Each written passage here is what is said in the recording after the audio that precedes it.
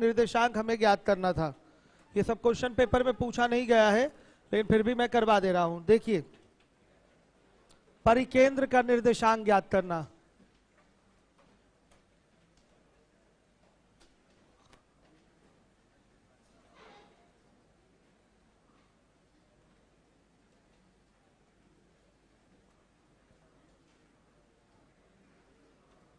Find the coordinate of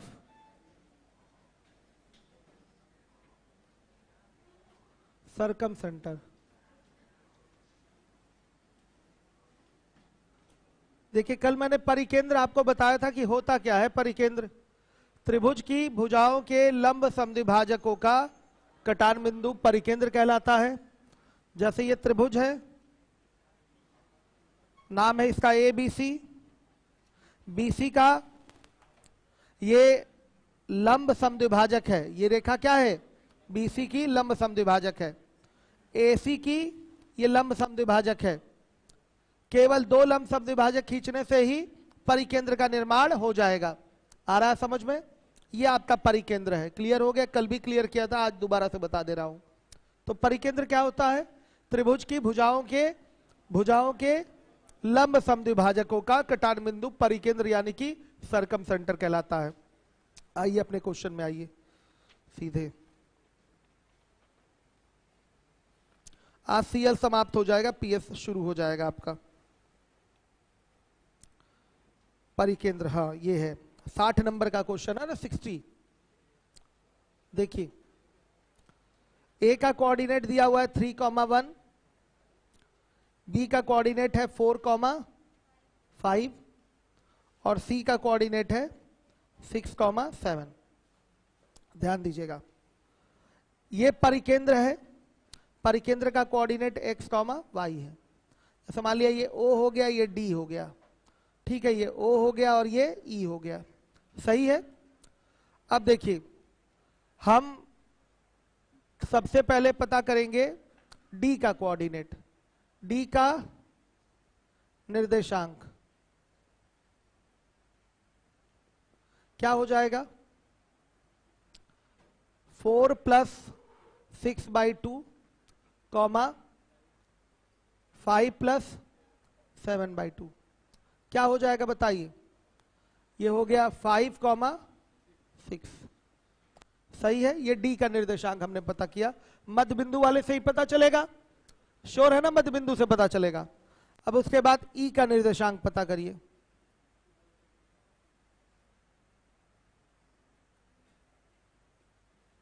क्या हो जाएगा? 3 + 6/2 और क्या है 1 + 7/2। क्या हो जाएगा बच्चों? 4.5 और 4। ये हो गया E का कोऑर्डिनेट हो गया। अब देखिए, हम BC का स्लोप पता करेंगे। BC का स्लोप यानी कि M पता किया जाएगा। इसको M1 बोल दीजिएगा। तो BC की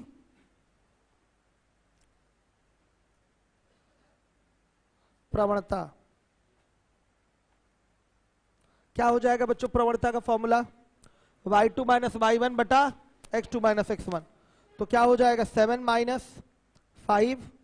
5/, इसको M1 बोल देना।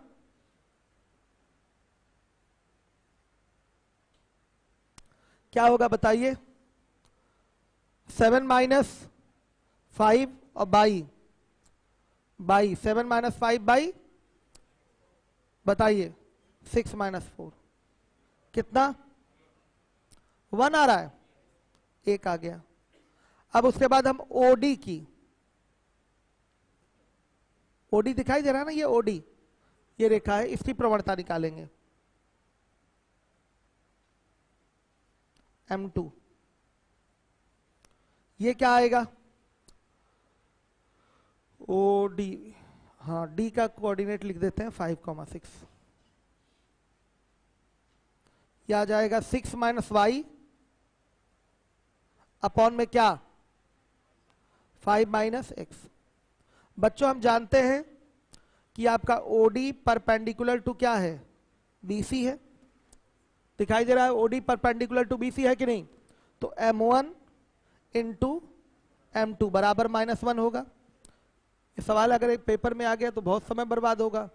आज तक पूछा नहीं गया, लेकिन फिर भी केंद्रक पूछा गया है, इसलिए हम अंतः केंद्र भी करवा देते हैं। अंतः केंद्र मान लीजिए पूछा जा सकता है, इसके पूछे जाने की संभावना कम है, लेकिन है तो आसान ना, कोई फॉर्मूला तो है नहीं इसमें, बेसिक कॉन्सेप्ट है। अगर आपको परिकेंद्र की डेफिनेशन पता है तो आप परिकेंद्र का निर्देशांक भी बड़े आराम से निकाल सकते हैं। प्रवणता वाला रूप उठाकर दो, यहां BC की प्रवणता निकालिए और OD की प्रवणता निकालिए, दोनों एक दूसरे पर लंब है, तो प्रवणताओं का गुणनफल क्या होगा? -1 होगा। लिखते हैं यहां पर, यहां M1 की वैल्यू 1 गुणे 6 - y बाई 5 - x, कितना हो जाएगा? -1 के। बच्चों एक इक्वेशन बनेगा, वो बता दीजिए क्या है? हाँ, x प्लस y बराबर 11, समीकरण 1 बन रहा है कि नहीं? देख लीजिए, ये बना। आज CL की आखिरी क्लास है, वो हमने ग्राफ वाले जो क्वेश्चन छोड़े थे सब हो गए ना? हो गए कि नहीं हो गए? सारे तो मैं करवा ही दिया था।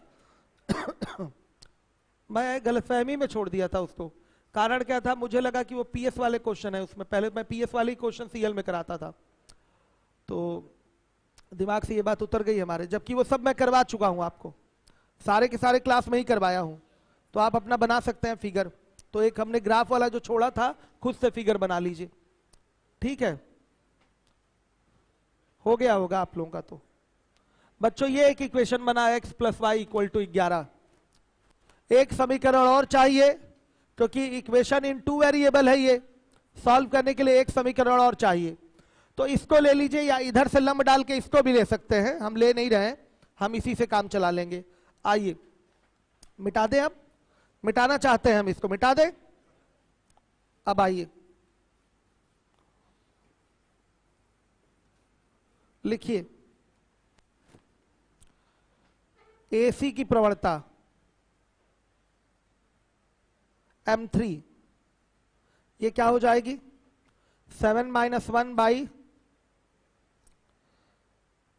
क्या हो जाएगा? 6 - 3, कितना आ रहा है बच्चों? 7 - 1 बाई 6 - 3, कितना आ गया? 2। और फिर OE की प्रवणता, ये AC है, OE की प्रवणता M4 हो जाएगा। और M4 की वैल्यू क्या आएगी? E का कोऑर्डिनेट क्या था? 4.5 और कॉमा 4 था शायद।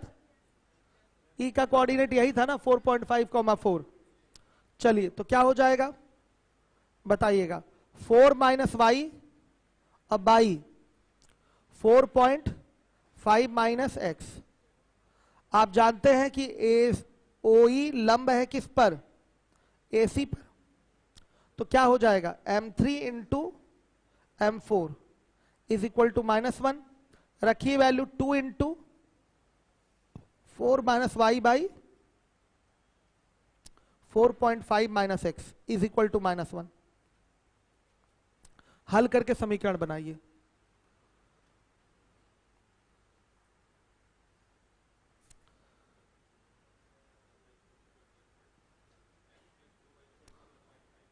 x plus 2y is equal to 12.5, समीकरण 2 हो गया। अब समीकरण 1 तथा 2 से x बराबर क्या आ रहा है और y बराबर क्या आ रहा है, ये दोनों बता दीजिए। x बराबर क्या आया और y बराबर क्या आया, हल करके आप ही बताइए। x बराबर आ रहा है 9.5, y बराबर आ रहा है 1.5। तो आपका परिकेंद्र का निर्देशांक क्या होगा?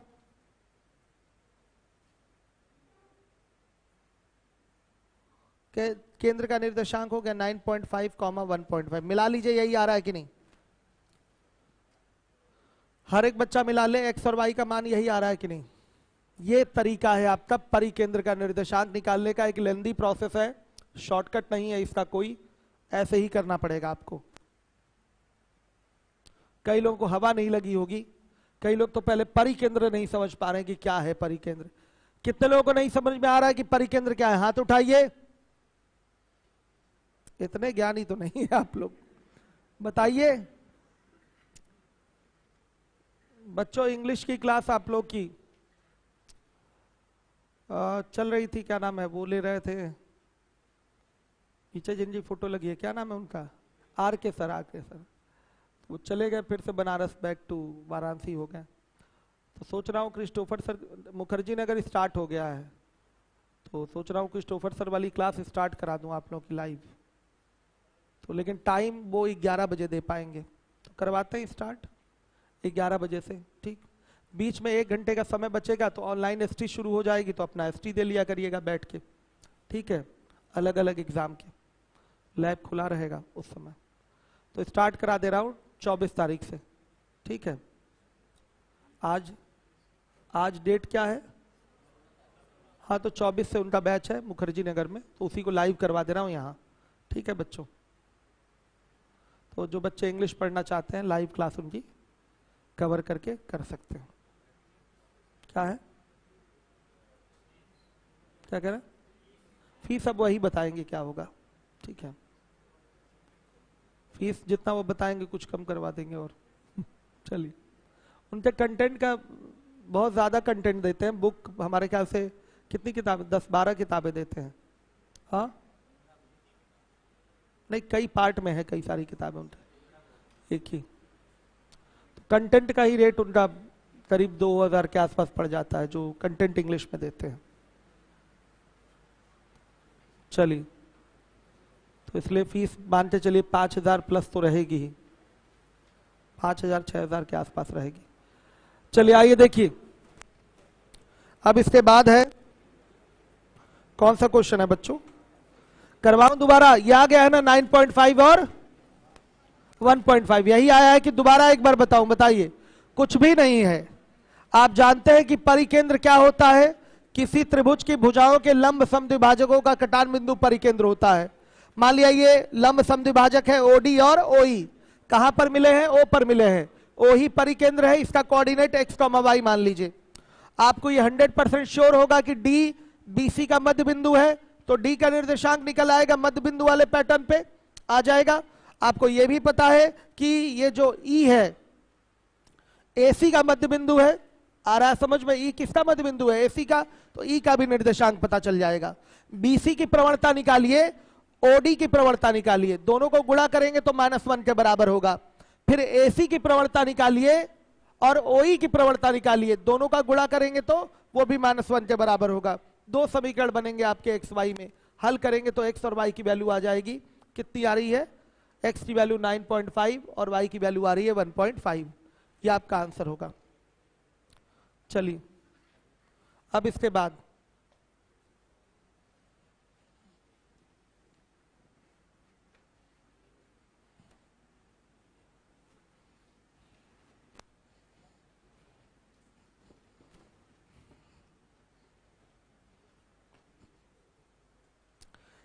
देखिएगा आपका कौन सा क्वेश्चन है। हाँ, लंब केंद्र का निर्देशांक ज्ञात करना है। लंब केंद्र का निर्देशांक ज्ञात करना। सही है, देखिए लिख लेते हैं इंग्लिश में, to find the coordinate of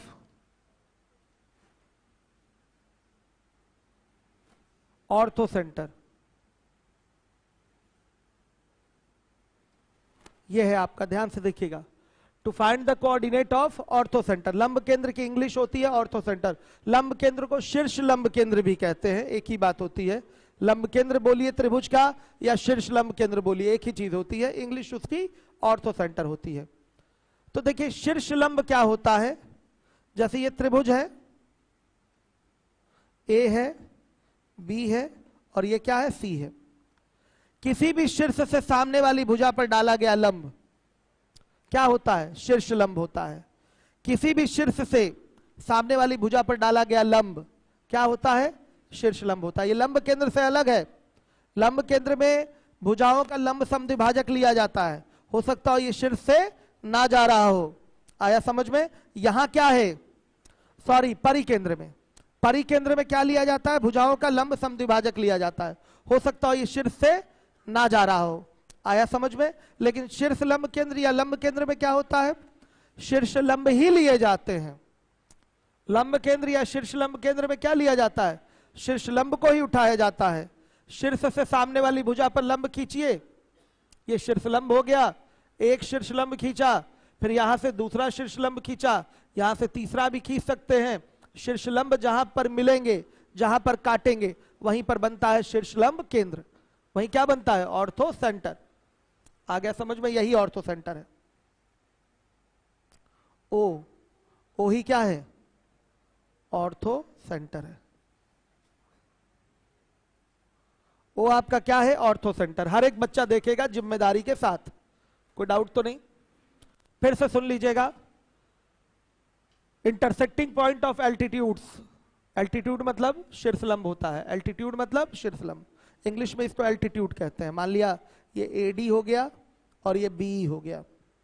ये एडी और बीई दो एल्टीट्यूड खींचे गए हैं। एल्टीट्यूड यानी कि हिंदी में शीर्ष लंब। तो intersecting point of altitude is called ortho centre. शीर्ष लंबों का कटान बिंदु शीर्ष लंब केंद्र कहलाता है। सब ज्योमेट्री में पढ़ाऊंगा मैं अच्छे से डिटेल में, आया समझ में? मान लिया इसका कोऑर्डिनेट पता करना है। क्वेश्चन नंबर कौन सा है? 61। ए का कोऑर्डिनेट दे रखा है 3,1, बी का कोऑर्डिनेट दे रखा है 4,5 और सी का कोऑर्डिनेट दे रखा है 6,7। ओ का कोऑर्डिनेट मान लिया क्या हो गया? बताइए, x, y। अब देखिए कोई टेंशन की बात नहीं है यहां पर, ध्यान से देखिएगा। पिछले सवाल की तरह ही करेंगे, लेकिन उसमें D और E क्या थे? मध्य बिंदु थे। यहां पर D और E मध्य बिंदु नहीं है, तो मध्य बिंदु निकालने की आवश्यकता भी नहीं है और ना ही इनका निर्देशांक हमको चाहिए। हाँ, पैटर्न हमारा वही होगा। हम BC की प्रवणता निकाल सकते हैं। क्या हम AD की प्रवणता निकाल सकते हैं? नहीं निकाल सकते हैं? 100% निकाल सकते हैं। AD की प्रवणता कैसे निकलेगी? दो बिंदु नहीं है क्या AD पर? एक आपका 3,1 है और एक x, y है। देखिए ध्यान से, हम BC की प्रवणता निकालना चाहें तो एक बार में आ जाएगा, y2 - y1 अपॉन में x2 - x1 से आ जाएगा। अगर हम AD की प्रवणता निकालना चाहें तो D के कोऑर्डिनेट की जरूरत नहीं है। AD पर हम देख रहे हैं कि दो बिंदु हैं, एक आपका 3,1 है और एक x, y है। तो हम यहां से AD की भी प्रवणता निकाल सकते हैं। हमको D की आवश्यकता यहां नहीं है। परिकेंद्र वाले में थी लेकिन यहां नहीं है। AD आपका एक शीर्ष लंब है, एल्टीट्यूड है, तो इस पे दो बिंदु चाहिए प्रवणता निकालने के लिए। तो दो बिंदु दिए गए हैं। ग्रेडियंट निकालने के लिए, स्लोप निकालने के लिए दो बिंदु चाहिए। एक पॉइंट हो गया 3,1 और एक पॉइंट हो गया आपका x, y। तो हम इन दोनों की प्रवणता निकालेंगे, BC का और AD का। चूंकि ये दोनों लंब है तो दोनों की प्रवणताओं का गुणनफल क्या हो जाएगा? -1 हो जाएगा। फिर हम AC की प्रवणता निकालेंगे और B की प्रवणता निकालेंगे। B की भी निकल आएगी क्योंकि दो बिंदु दिए गए हैं, एक 4,5 है और एक x, y है, B पर है, तो B की भी प्रवणता आ जाएगी और AC की भी प्रवणता आ गई। इनकी भी प्रवणताओं का गुणनफल क्या होगा? -1 होगा। दो समीकरण मिल जाएंगे x और y में, वो हल हो जाएगा, आंसर आ जाएगा। कोई डाउट? कठिन लग रहा होगा कई लोगों को, लेकिन कठिन है नहीं। जो इंटर तक मैथ पढ़े होंगे उनको तो हवा हवाई लग रहा होगा। क्या करना ही क्या है इसमें? BC की प्रवणता निकालनी है और AD की प्रवणता निकालनी है। दोनों का गुणनफल -1 आएगा क्योंकि BC पर लंब है AD। उसी प्रकार से AC की प्रवणता निकालनी है और BE की प्रवणता निकालनी है। BE भी लंब है AC पर, तो यहां भी प्रवणताओं का गुणनफल -1 हो जाएगा। आ रही बात समझ में? तो चलिए ध्यान से देखिए, निकालते हैं हम जरा BC की प्रवणता। M1 क्या हो जाएगा बोलिएगा? 7 - 5 और बाई 6 - 4 कितना? एक आ रहा है? आ रहा है एक। अब AD की प्रवणता निकालिए। BC है ना बच्चों ये, AD की प्रवणता क्या हो जाएगा बताइएगा? y - 1 अपॉन में x - 3। ये है M2। आप जानते हैं कि आपका AD लंब है किस पर? बीसी पर। एडी लंब है बीसी पर, तो क्या हो जाएगा? M1 गुणे M2 बराबर क्या? -1। M1 हो जाएगा 1 गुणे y-1 upon x-3 is equal to -1। समीकरण बताइए हल करके क्या आ रहा है? x plus y is equal to 4, समीकरण 1 है। सबका आ गया? ये बीसी की प्रवणता और एडी की प्रवणता निकाल कर काम चला लिया हमने। आ रहा है बच्चों सबको समझ में? ये पूछेगा नहीं एग्जाम में, लेकिन फिर भी करा रहा हूं मैं इसको। ना कराऊं तो आपको लगेगा कि अधूरा पढ़ा दिया हमने, 10 जगह आप चिल्लाएंगे, इसलिए पढ़ाना पड़ता है। चलिए देखिए,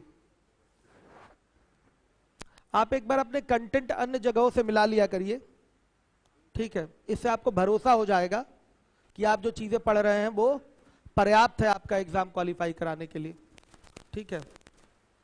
अन्य जगहों से एक बार जरूर मिला लिया करिए, मेथड्स मिला लिया करिए, कंटेंट मिला लिया करिए, कहीं भी, कहीं के भी शीट से, नोट से, किसी भी टीचर से मिलाइए अवश्य। तो इससे आपको जानकारी स्वयं से हो जाएगी कि आप जो पढ़ रहे हैं वो पर्याप्त पढ़ाया जा रहा है आपको। पढ़ाई की तुलना में जो आपने फीस दी है वो कम है, आपको ये एहसास हो जाएगा। चलिए आगे देखिए, हो गया बच्चों ये? अब इसके बाद हम लोग क्या निकालेंगे?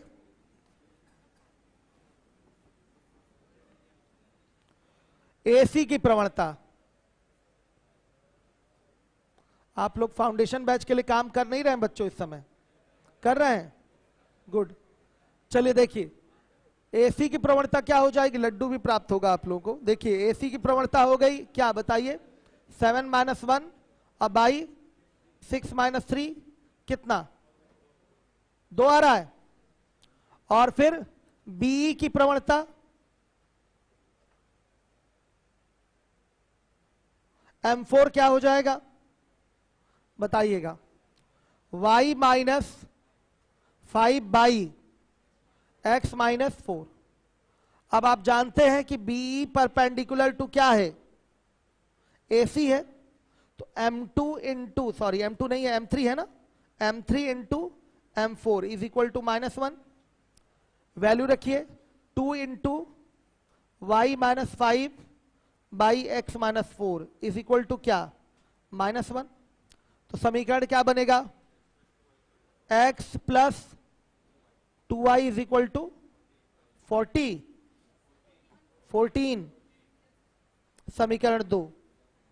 अब समीकरण 1 तथा 2 से क्या आएगा? x बराबर -6 और y बराबर 10 आ गया। यही है बच्चे कोऑर्डिनेट किसका? ऑर्थो सेंटर का। ऑर्थो सेंटर का कोऑर्डिनेट हो जाएगा -6, 10। यह आपका आंसर है। समझ में आ गया? लेंदी है लेकिन आ गया। अब टाइप 17 और यह आखिरी टाइप है आज का।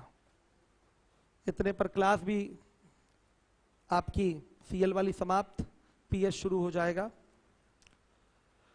बच्चों सुनिए, एक समस्या क्या है, जैसे मैं क्लास से निकलता रहता हूं, आप कुछ क्वेश्चन पूछते हैं, मैं रिप्लाई नहीं करता, तो कुछ लोग बुरा मानते होंगे। ऐसा नहीं है। देखिए वहां मैंने एक्सपर्ट लगा रखे हैं अपना ही काम करने के लिए, चूंकि शॉर्ट टाइम होता है ना, ब्रेक के बाद फिर आना होता है, तो थोड़ा सा ब्रेक लेना होता है मुझे। तो अगर क्वेश्चन बताने लगेंगे तो ब्रेक का सारा समय चला जाता है, इसलिए मैंने एक्सपर्ट रखे हैं। अशफाक सर है, अमित सर है, स्वामी विवेकानंद हैं, और फिर उसके बाद सर्वेश्वर पांडे हैं, ठीक है, कई लोग हैं आपको क्वेश्चन बताने के लिए। अगर वो नहीं, एक एक्सपर्ट नहीं बताते हैं, होता है कभी कभी एक एक्सपर्ट नहीं बताते, तो दूसरे एक्सपर्ट से पूछिए, ठीक है। वैसे मैंने उन लोगों को कह रखा है कि कोई सवाल ना लगे तो उसे मेरे पास जरूर लाइए, ठीक है, कि मैं लगा के दूं तो अगले दिन आप बच्चों को बताएं। आगे देखिए टाइप 17, मिटा दो इसको। कई लोग तो आधे मन से इसको पढ़े होंगे, क्योंकि मैंने बोल दिया था कि ये क्वेश्चन पेपर में नहीं आएगा। कितने लोग सीख गए? वो हाथ उठाएं। सीखने वाले भी काफी सारे लोग हैं, गुड। चलिए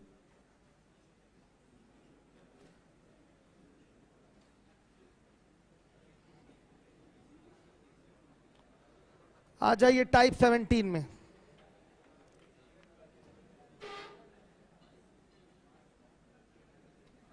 रेखा का समीकरण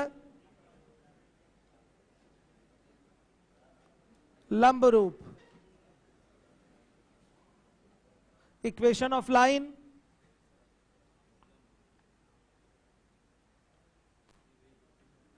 कौन सा form? Perpendicular form.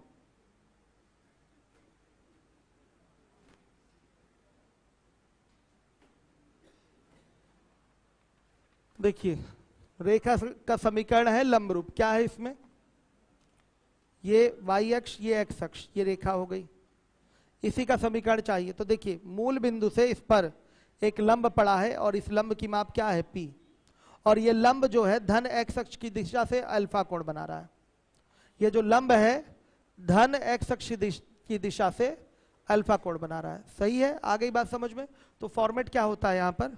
x cos alpha plus y sine alpha बराबर p। सही है?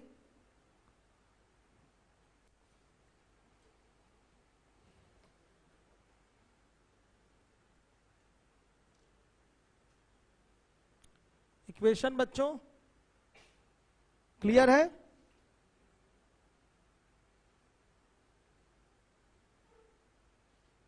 आ गया समझ में?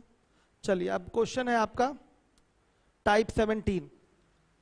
उस रेखा का समीकरण ज्ञात कीजिए जो मूल बिंदु से 13 मात्रक की दूरी पर हो और मूल बिंदु से रेखा पर खींचे गए लंब का धन x अक्ष से झुकाव tan इनवर्स 5/12 हो।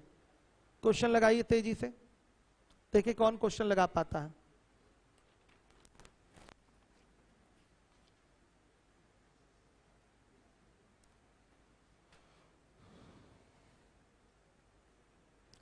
तेजी से क्वेश्चन लगाइए।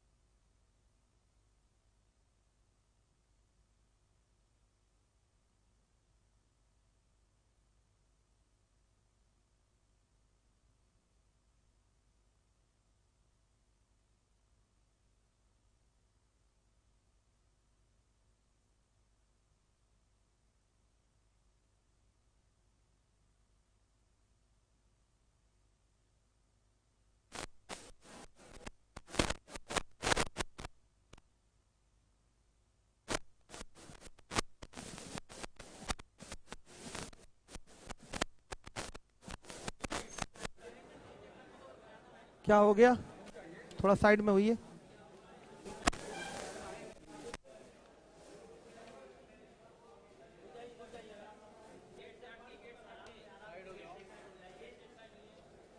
ये लीजिए,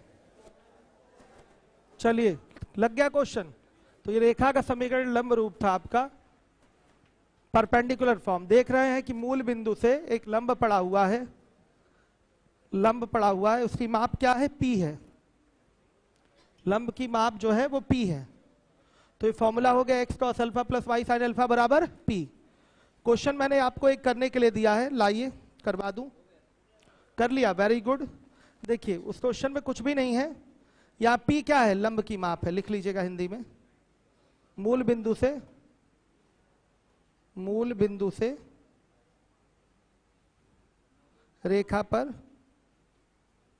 पड़े लंब की माप है बच्चों। अल्फा कोण दिखाई दे रहा है, ये तो लिखवाने की जरूरत नहीं। अल्फा क्या है, इस लंब का धन एक्स अक्ष की दिशा से बना हुआ कोण है। कोई डाउट तो नहीं, इसका मुंह किधर है, राइट डायरेक्शन में है, तो हमेशा ये पॉजिटिव एक्स एक्सिस होगा। अब आइए क्वेश्चन करते हैं हम लोग, 2 ही क्वेश्चन कराने हैं हमें, 4 क्वेश्चन में 2 ही कराऊंगा। देखिए उस रेखा का समीकरण ज्ञात कीजिए जो मूल बिंदु से 13 मात्रक की दूरी पर है। 13 मात्रक की दूरी पर है, यानी कि P बराबर क्या है, 13 है, ये 90 डिग्री। और खींचे गए लंब का धन एक्स अक्ष से झुकाव जो है tan इनवर्स, यानी कि जो थीटा का मान दिया हुआ है वो दिया हुआ है, थीटा नहीं अल्फा, tan इनवर्स 5/12 दिया हुआ है, ये है अल्फा।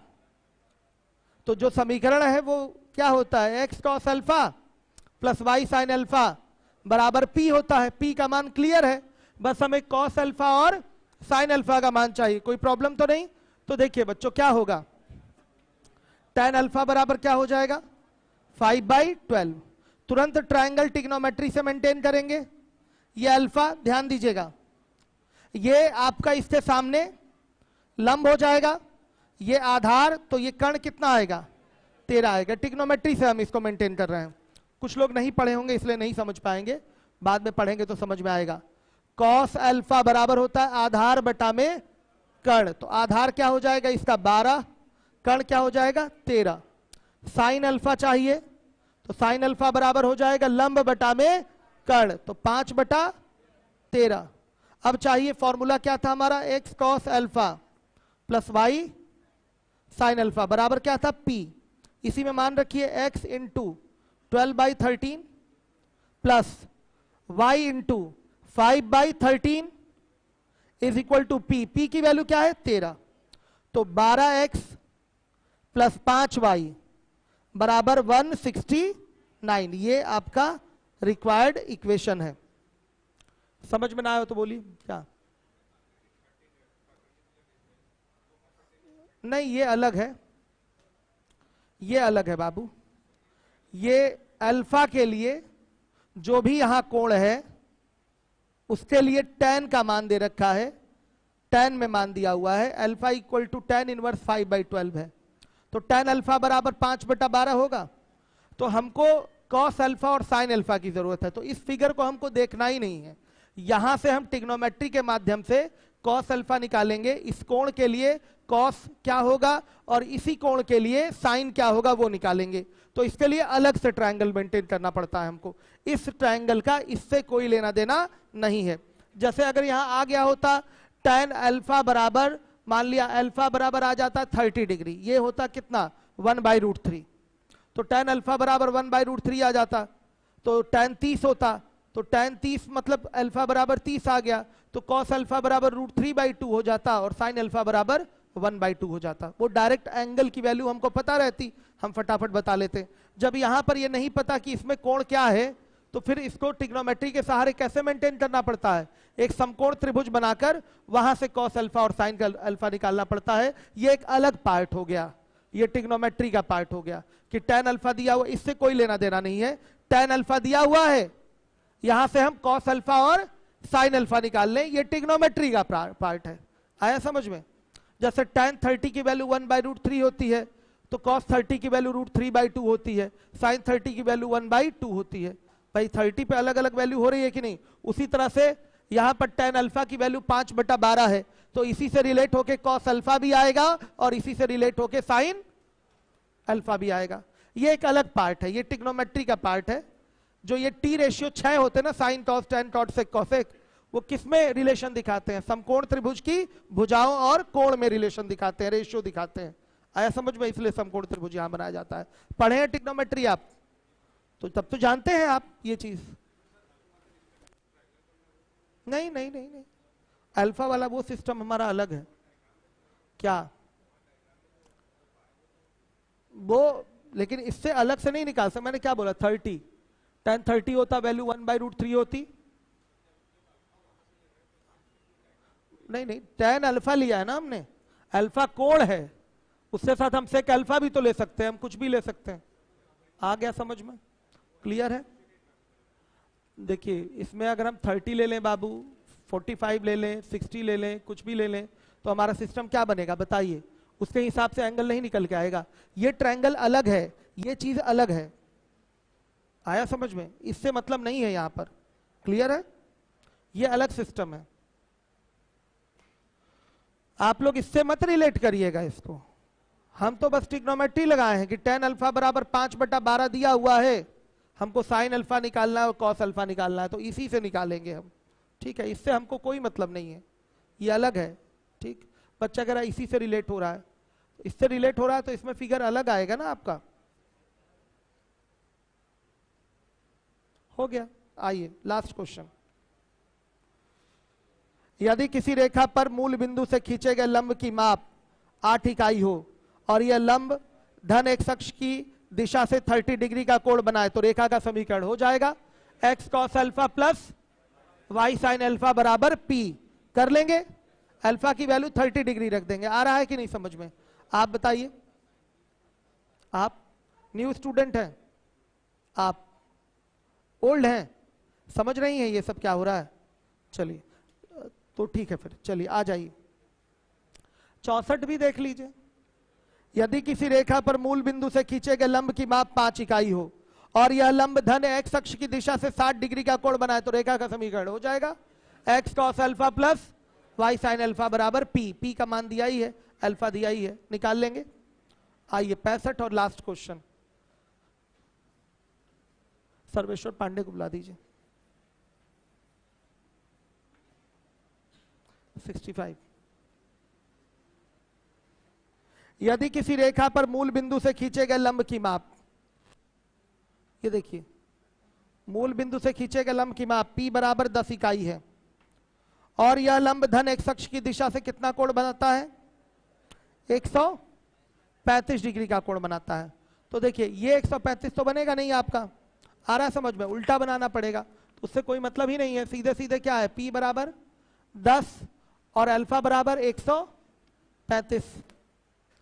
आ गया समझ में? अल्फा बराबर क्या हो गया? 135। फिगर इस तरीके से हो जाएगा, ये आ रहा है समझ में? ये 135 डिग्री हो गया, जरूरत भी नहीं है बनाने की। अब सुनिए, तो रेखा का समीकरण तो x cos alpha plus y sin alpha बराबर p। तो x cos 135 plus y sin 135 is equal to p की वैल्यू 10 है। 90 प्लस 45 होगा, दूसरे क्वाड्रेंट में कूद गया तो वहां पर साइन 45 माइनस में आएगा, तो इसको लिख सकते हैं माइनस साइन 45 प्लस ये देखिए y इंटू 90 प्लस 45, तो ये cos 45 ही आएगा, सही है, इक्वल टू 10। वैल्यू रख दीजिए x into minus 1/√2 plus y into क्या 1/√2 इज इक्वल टू 10। तो यह आएगा minus X plus Y is equal to 10√2। यही है आंसर। हो गया? देखिए अशफाक सर भी उपलब्ध हैं आजकल आपको क्वेश्चन बताने के लिए। सर्वेश्वर पांडे जी हैं, वो विवेकानंद जी आए हैं कि नहीं? विवेकानंद, देखिए विवेकानंद जी भी हैं क्वेश्चन बताने के लिए, अमित सर भी हैं, कई सारे लोग हैं क्वेश्चन बताने के लिए बाहर। पूछिए क्वेश्चन लगातार, ठीक है? मैंने अपना ही काम आसान करने के लिए अपनी ही जिम्मेदारी दूसरों को दी हुई है, ठीक है, कि बच्चों को मेरे कोई प्रॉब्लम ना हो। निपट गया बच्चों, ये पूरा सीएल हो गया। अब हम लोग को और अच्छे अच्छे सवाल किसमें मिलेंगे? पीएस में। तो आज हम सीएल तक ही रहना चाहेंगे, पीएस आप लोग यहीं बैठ के लगाएंगे, इसलिए सर्वेश्वर पांडे सर को बुला दिया गया है। 1 से लेके 14 तक के क्वेश्चन अपनी कॉपी पे लगाइए आप यहीं। हो गया है? कितने लोग लगा चुके हैं? तो उसके आगे लगाइए, ठीक है। सर्वेश्वर पांडे जी खड़े रहिएगा यहीं, बच्चे लगाएंगे 1 से 14 तक क्वेश्चन। लगाइए लगाइए, अभी मैं देख रहा हूं मैं, करिए फटाफट करिए। लीवोलन वाले और तेलियरगंज वाले समझ में सब आया होगा आप लोगों को, कोई प्रॉब्लम नहीं हुई होगी। लंब रूप वाला तो बहुत आसान था, इसमें तो कोई विशेष बात ही नहीं है, कोई टेक्निकल काम नहीं था।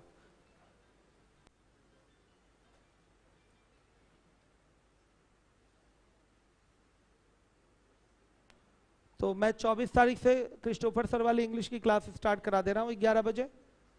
डेमो ले लीजिएगा आप लोग, जिनको करना होगा वो कर सकते हैं। और उसके बाद मेरे फाउंडेशन बैच में सहयोग की उम्मीद है आप लोगों से, और सहयोग, उतने से काम नहीं चलेगा, ठीक है। कितने लोग सहयोग कर चुके हैं अभी फाउंडेशन बैच में? हाथ उठाएं। Good, very good. बहुत कम बच्चों ने सहयोग किया, लेकिन आप मुझे लगता है 2 एडमिशन करा चुकी हैं आप। और सहयोग चाहिए। लड्डू खिलाएंगे तब लड्डू वो तो मिलेगा ही, उसमें कोई वो नहीं है।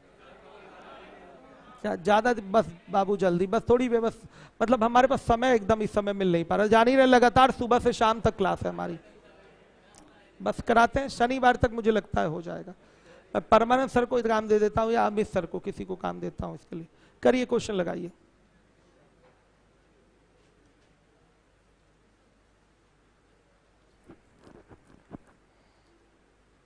तेलियरगंज वालों, किसी से बात कराइए हमारी भाई, बहुत दिन हो गया बात किए,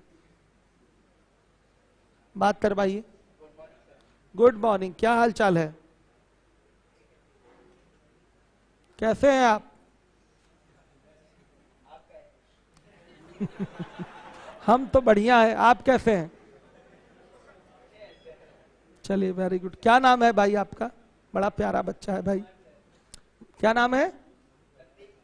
संदीप। संदीप, कैसी पढ़ाई चल रही है आपकी? बढ़िया रहने से काम नहीं होगा, पढ़ाई बढ़िया होनी चाहिए। कैसी पढ़ाई चल रही संदीप? चल रही है। क्या टारगेट है आपका?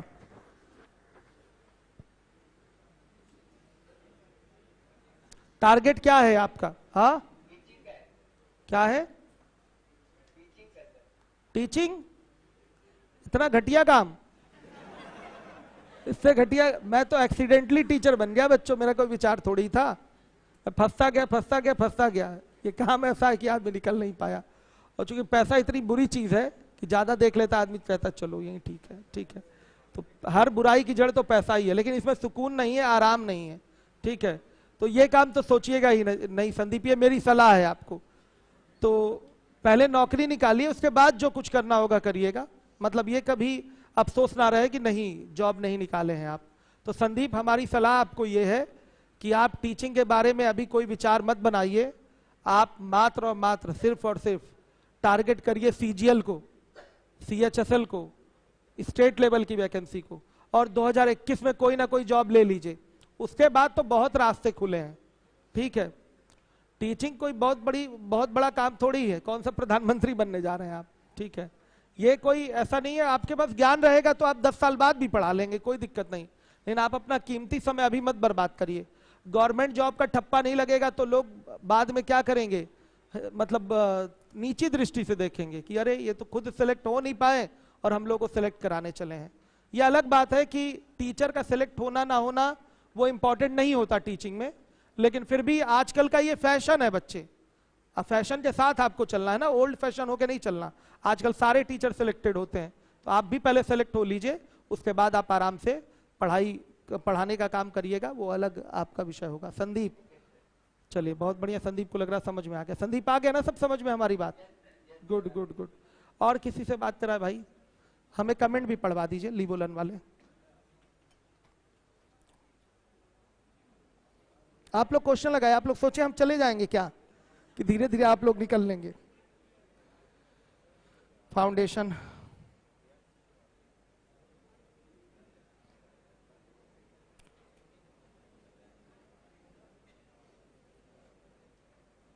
विजय जायसवाल, जो एक्सपर्ट खड़े हैं उनसे मैंने खूब क्वेश्चन पूछे हैं, फाउंडेशन बैच में थे। चलिए बहुत बढ़िया। मतलब सर्वेश्वर पांडे, देखिए आपका स्टूडेंट यहाँ लीवोलन पे है, लाइव क्लास कर रहा है। सोना कुमारी कह रही सर समझ में नहीं आया। कौन सा क्वेश्चन नहीं आया भाई, कौन सा नहीं आया इनको? लंब परपेंडिकुलर फॉर्म वाला नहीं समझ में आया क्या? कमेंट करिए, फिर से समझा दूं दोबारा।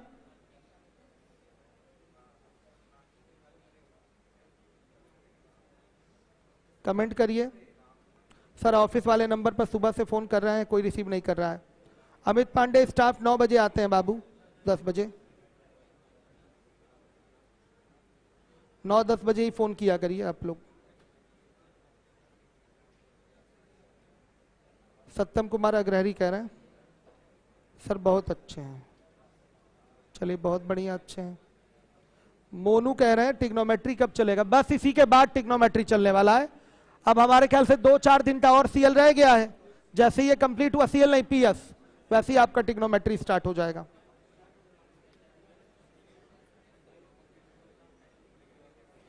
नवाज हैदर की एक प्रॉब्लम है, सुन लीजिए आप। इन्होंने कमेंट करा है कि रीजनिंग की क्लास डिलीट हो गई है, अभी कोर्स कंप्लीट भी नहीं हुआ है। इनकी समस्या दूर कराइए, फोटो क्लिक कर लीजिए, ऑफिस के नंबर पे कांटेक्ट करिए, हो जाएगा। सर मेंसुरेशन पढ़ना है इसके बाद। मेंसुरेशन विजय नहीं चलेगा, इसके बाद टिग्नोमेट्री चलेगी। मेंसुरेशन आपके 11:30 बजे वाले बैच में स्टार्ट होने वाला है। आप लोगों में से जो बच्चे मेंसुरेशन भी पढ़ना चाहें, जिनका छूट गया था, वो 11:30 बजे वाला भी बैच क्या कर लेंगे, कंटिन्यू कर लेंगे। आप लोगों की बात हो रही है तो जल्दी कंप्लीट हो जाएगा। यस, क्या है?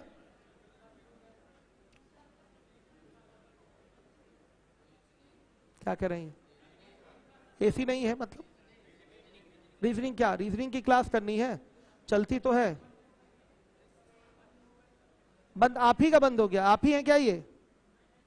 आपका भी बंद हो गया, ठीक है। आप लोगों की समस्या हम दूर कराते हैं। अशफाक सर को आप लोग नोट करके दीजिए एडमिशन कब का है, इसको चालू करवाते हैं। अलजबरा की शीट हिंदी में अपलोड करवा दीजिए, टेलीग्राम पर हार्ड कॉपी निकलवाना है। सत्यम कुमार अग्रहरी कह रहे हैं हिंदी में। अलजबरा में कौन सी हिंदी भाई जरूरत थी बताइए? उसमें फाइंड द वैल्यू ऑफ, ये किसकी हिंदी की जरूरत कहाँ है? कहीं इंटीजर लिख दिया मतलब पूर्णांक, इतना तो इंग्लिश आनी चाहिए ना आपको, हिंदी आनी चाहिए।